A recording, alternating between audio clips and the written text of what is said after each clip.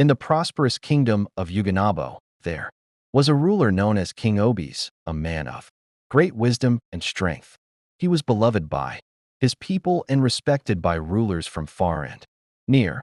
His kingdom flourished under his reign, and his people lived in peace. But among all his achievements, the one he held dearest to his heart was his first wife, Queen Nina. Nina was not just beautiful, she was the embodiment of virtue, kindness, and loyalty. She stood by the king in his early years, helping him build his empire. Together, they shared a love that many envied, a bond that seemed unbreakable. She bore him strong and intelligent children, and the kingdom was at peace. For years, King Obis and Queen Nina ruled side by side, their love deepening with time. The people of Yugonabo admired them, believing that their unity was a sign of divine favor. But as time passed, the king's heart began to wander. It was during one of his visits to the marketplace that his eyes fell upon a woman whose beauty seemed to defy reason. She was tall, with skin like polished ebony, eyes that held a mysterious depth, and a body that moved with a grace that could mesmerize the gods. She was Ataku, the wife of a humble farmer named Ikena. King Obis was instantly captivated. He had seen many beautiful women in his life, but none had stirred his desires the way Attica did. Without hesitation, he ordered his guards to find out everything about her. When the guards returned, they gave him news that shook him. Attica was already married. She belonged to Ikena, a man of humble means but great character. The revelation should have stopped the king, but instead, it fueled his obsession. "I am the king," he muttered. "What I desire, I take." Despite knowing that she was another man's wife, King Obis summoned Attica to the palace. She refused at first, standing by her husband. But the king's power was absolute. With threats and pressure, he forced Ikena to give up his wife. Ikena, powerless against the might of the throne, watched in silent agony as his beloved Attica was taken away from him. Before she was dragged into the palace, he whispered words that would haunt the kingdom forever. "May your kingdom suffer as I suffer. May your sons destroy one another. May your name be remembered not for your greatness, but for your downfall." The curse was spoken in pain and sealed in fate. Life in the palace was not easy for Attica. Though she was now the king's second wife, she never felt like she truly belonged. Queen Nina despised her, and the people of Yugonabo whispered behind her back, calling her a woman of destruction. But despite the tension, Attica bore the king children, sons and daughters, who would later become the heart of a deadly war. The children of Nina and the children of Attica grew up in silent hatred. Though they shared the same father, they were raised as rivals. The palace became divided, with each wife grooming her children to see they shared the same father. They were raised as rivals.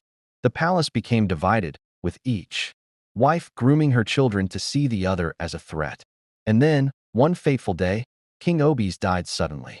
Some say it was sickness, others whispered that the gods had punished him. But no one could deny what followed. A battle for the throne. With the king gone, his children turned against each other. Each son believed he was the rightful heir. The once great kingdom of Yugonabo became a battleground. Some hired powerful lawyers to claim their rights. Others turned to sorcerers, using dark magic to eliminate their siblings. And some resorted to pure violence, shedding the blood of their own kin. Brothers killed brothers. Sisters poisoned sisters. The palace became a place of murder and betrayal. The people of Yugonabo, who once admired their king, now feared his legacy. The curse of Ikena had come to pass. As the war raged on, the kingdom began to crumble.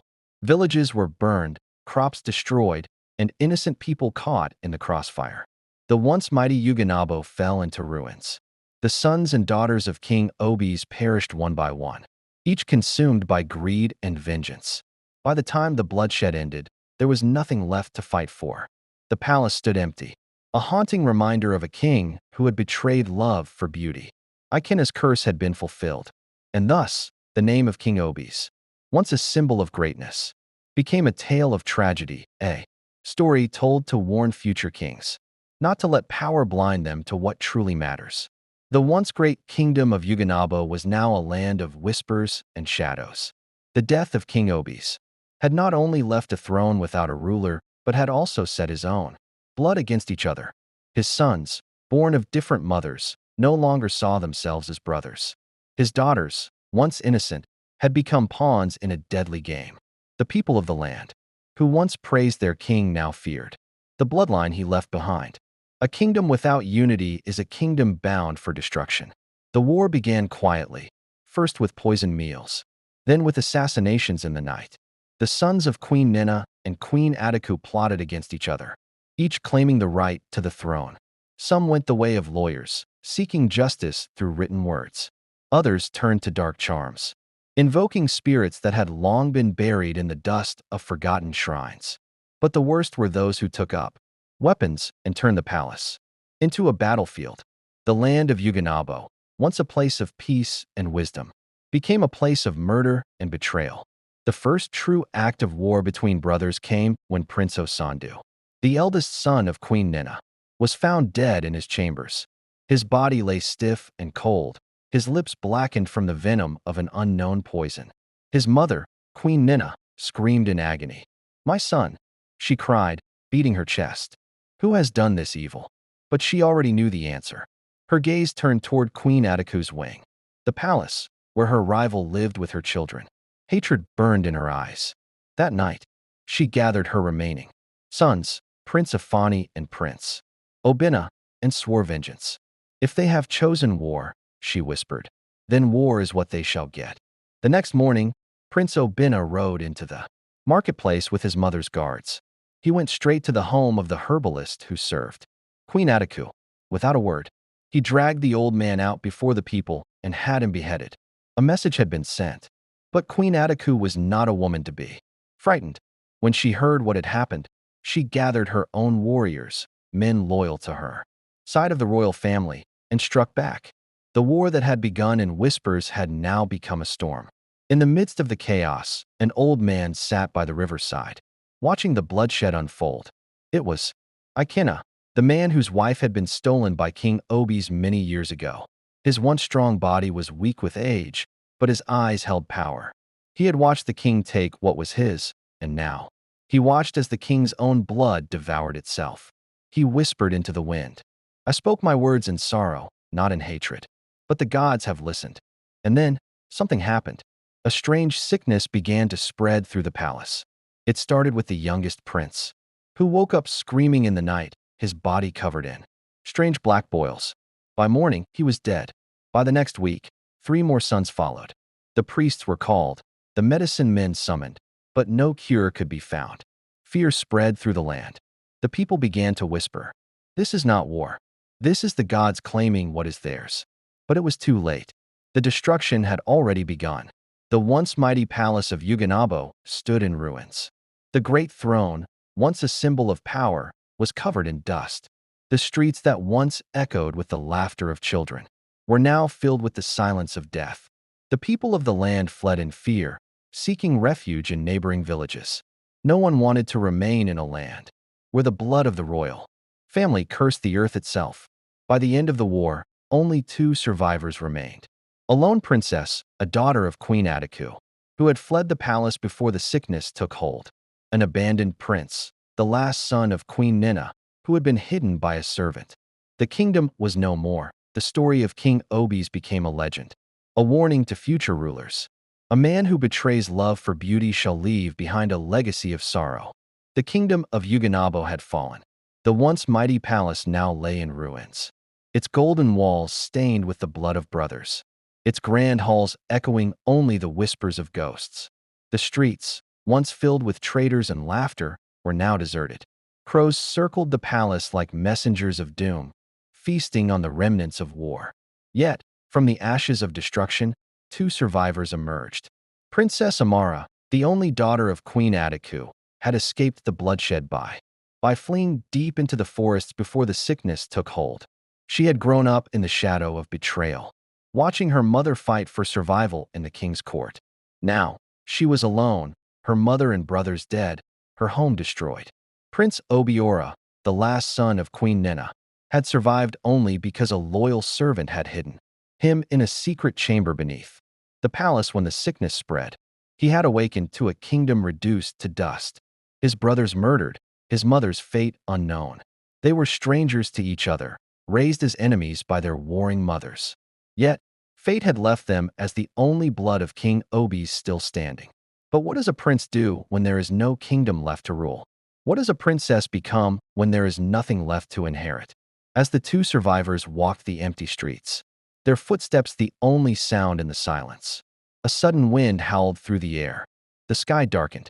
Then they saw him, an old man, standing at the gates of the ruined palace, leaning on a wooden staff. His eyes burned with a knowing fire. His lips curled into a sad smile. It was Ikena, the man whose wife had been stolen by King Obis, the man whose curse had become the kingdom's undoing. "You are all that remains," he said, his voice as ancient as the earth itself. Neither Amara nor Obiora could speak. They had heard the stories of Ikena's curse as children, whispered in the corridors of the palace. Now, he stood before them, not as a man, but as a legend fulfilled. "Your father took from me," Ikena continued, his gaze piercing into their souls. "And in return, the gods took from him his wealth, his power, his sons, his peace." Prince Obiora clenched his fists.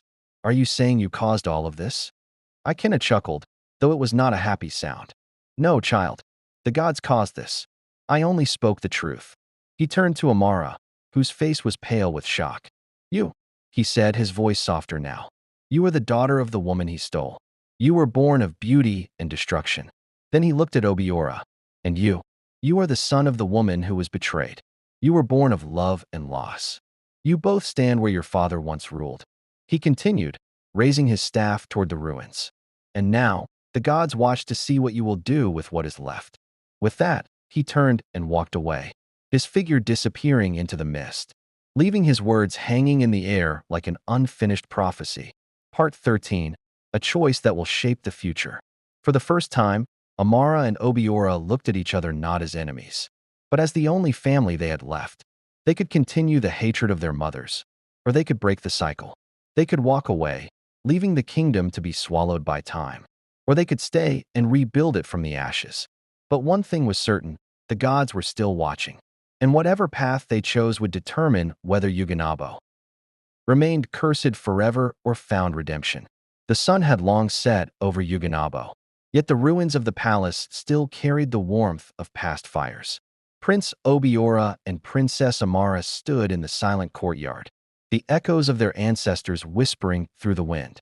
For the first time, they spoke not as enemies, but as the last of a dying bloodline. "The kingdom is lost," Amara murmured, staring at the wreckage around them. "Maybe it was always meant to be." Obiora, his fists clenched, shook his head. "No, our father's greed may have brought destruction, but that does not mean we should walk away from what remains. We are the last of the royal blood. If we leave, Yuginabo will be nothing more than a forgotten legend." Amara turned to him, her eyes sharp with bitterness. "And if we stay?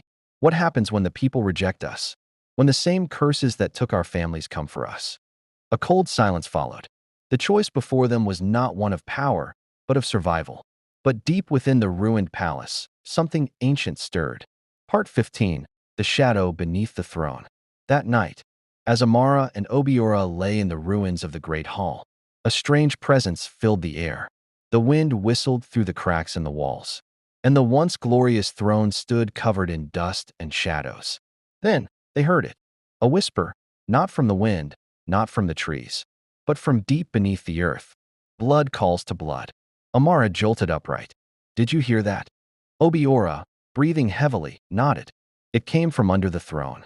Slowly, cautiously, they approached the ancient golden seat, where their father had once ruled with unchecked power.